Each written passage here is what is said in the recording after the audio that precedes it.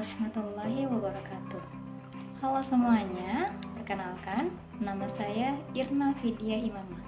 Di sini, di video kali ini, saya akan memaparkan terkait dengan materi bagaimana cara mengembangkan kemampuan regulasi emosi pada seseorang.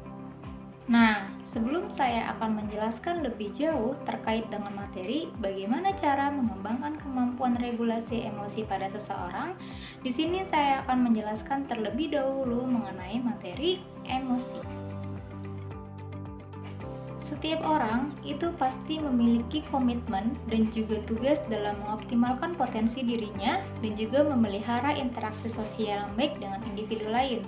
Nah, ketika seseorang sedang berhubungan sosial kepada orang lain sebagai aktivitas kesehariannya, maka biasanya orang tersebut akan menampilkan emosinya sebagai bentuk ungkapan perasaannya dari kejadian yang dialami. Selanjutnya, paparan mengenai pengertian emosi menurut dari para ahli. Yang pertama itu ada dari Robert Lacik yang menjelaskan bahwa emosi merupakan reaksi fisiologis dan psikologis yang kompleks terhadap stimulus internal dan juga eksternal yang dianggap penting bagi kesejahteraan individu. Lalu yang kedua itu ada dari Daniel Goleman yang memaparkan bahwa emosi merupakan keadaan perasaan sementara yang muncul sebagai respon dari suatu peristiwa atau kejadian yang dapat mempengaruhi pikiran, tindakan, dan juga hubungan sosial dengan orang lain. Diambil kesimpulan terkait dari pengertian emosi bahwa emosi itu adalah pengalaman yang dialami oleh seseorang yang melibatkan perasaan-perasaan yang ada dalam diri seseorang. Nah, emosi yang ada di dalam diri seseorang itu bisa beberapa bentuk macamnya. Yang pertama, itu ada emosi sedih. Lalu yang kedua, itu ada emosi marah. Yang ketiga, ada emosi senang. Keempat, emosi gembira. 5, emosi cemas. Dan juga emosi takut. Nah, selain melibatkan perasaan, emosi juga melibatkan bagaimana reaksi perilaku dan juga ekspresi dari seseorang. Kita ambil contoh bahwa ketika seseorang sedang mengalami emosi senang atau gembira, maka mungkin perilaku yang akan muncul adalah tertawa secara terbahak-bahak.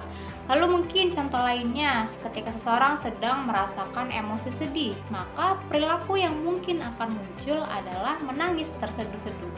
Lalu juga contoh lainnya nih, ketika seseorang sedang merasakan emosi marah, mungkin perilaku yang muncul adalah berteriak secara lantang bahkan sampai melakukan tindakan yang agresif. Nah, selain tadi, ketika seseorang sedang mengalami emosi, yang pertama melibatkan perasaan, lalu melibatkan reaksi perilaku dan juga ekspresi, maka emosi juga dapat mempengaruhi bagaimana seseorang berpikir dan juga mengambil suatu keputusan. Adanya perubahan tingkah laku sebagai penyaluran emosi yang dirasakan oleh seseorang sangat dipengaruhi dari lingkungan sekitar, baik itu lingkungan keluarga maupun lingkungan sosialnya. Lingkungan sekitar yang kurang bahkan tidak mendukung seseorang akan memunculkan adanya perasaan khawatir, tertekan, dan juga tidak nyaman, yang kemudian dapat menghasilkan adanya emosi negatif seperti emosi marah, sedih, cemas, dan juga takut. Apabila individu berada di situasi seperti ini, maka diperlukan adanya pengendalian emosi yang baik. Tindakan ini diperlukan supaya untuk mengatur emosi seseorang supaya terhindar dari perilaku yang merugikan dirinya sendiri, bahkan apabila sampai pada tindakan kriminal. Terlebih apabila individu tersebut sering mengalami permasalahan yang rumit dan juga banyak. Nah, tindakan seperti ini dinamakan sebagai regulasi emosi. Berikut pengertian regulasi emosi menurut dari beberapa para ahli. Yang pertama, itu ada dari Rusmala Dewi dan kawan-kawan yang menjelaskan regulasi emosi sebagai kemampuan yang dimiliki seseorang dalam memperkirakan, menilai, dan juga memperbaiki respon emosional untuk bertindak yang sesuai dengan konteks dan keadaan. Lalu yang kedua itu ada dari James Gross yang dimana memaparkan regulasi emosi sebagai proses yang terlibat dalam mengatur, mengubah, dan juga mengekspresikan emosi yang mencakup pada strategi-strategi yang digunakan untuk mengontrol kekuatan, durasi, dan juga jenis ekspresi emosi. Sehingga dapat diambil kesimpulan terkait dengan pengertian dari regulasi emosi adalah kemampuan yang dimiliki oleh seseorang dalam mengelola, mengatur, dan juga menyesuaikan reaksi emosional secara sadar dan juga efektif terhadap berbagai situasi yang dialami individu di kehidupan sehari-hari. Meliputi pertama itu adalah pengenalan emosi yang dirasakan, lalu yang kedua adalah pemahaman terhadap penyebab dan juga konsekuensi, lalu yang ketiga adalah bagaimana kemampuan individu tersebut dalam menetapkan strategi yang tepat untuk mengelola emosi tersebut. Oke, selanjutnya adalah materi puncak di video kali ini, yang dimana saya akan menjelaskan terkait dengan bagaimana sih cara mengembangkan kemampuan regulasi emosi pada seseorang.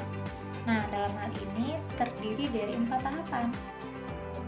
Yang pertama itu adalah kesadaran emosi, yang dimana di tahap awal ini individu itu harus kenal sama paham terhadap perasaan atau emosi yang muncul dari situasi yang dialami. Nah, di dalam tahap ini individu juga mengidentifikasi, belajar untuk mengidentifikasi bentuk emosi seperti apa sih yang dia rasakan, apakah itu marah, atau sedih, kecewa, senang, atau yang lain.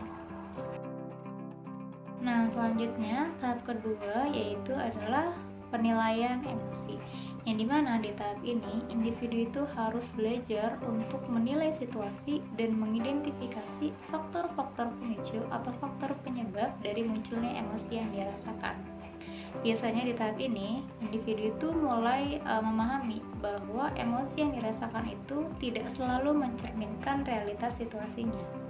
Nah, di tahap ini juga individu harus mencoba belajar untuk mempertimbangkan berbagai pendapat atau perspektif sebelum dia melakukan suatu tindakan. Karena biasanya ketika individu sedang merasakan emosi, maka sesuatu yang muncul adalah pandangan yang bias dan juga subjektif.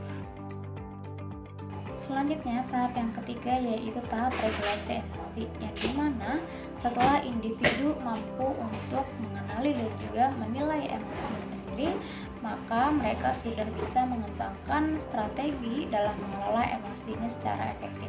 Nah, dalam hal ini membutuhkan berbagai keterampilan, yaitu yang pertama ada teknik relaksasi berupa yoga, meditasi, teknik seperti pernapasan dalam. Dalam hal ini bertujuan untuk membantu individu dalam menenangkan diri ketika dirinya kewalahan dalam mengatasi emosinya sendiri. Lalu yang kedua ada kognisi ulang, yang dimana individu belajar untuk menafsirkan suatu situasi dengan cara yang lebih positif sehingga dapat menekankan atau mengurangi intensitas emosi negatifnya. Lalu yang ketiga adalah ekspresi emosional yang sehat, yaitu individu belajar untuk mengekspresikan emosinya dengan cara yang lebih sehat, yaitu secara komunikasi asertif dan juga aktivitas fisik. Selanjutnya adalah tahap terakhir, yaitu tahap penggunaan emosi yang adaptif, yang dimana dalam tahap ini individu menggunakan emosinya atau perasaannya dalam mencapai tujuan mereka dan juga menjalani hidup yang lebih bermakna.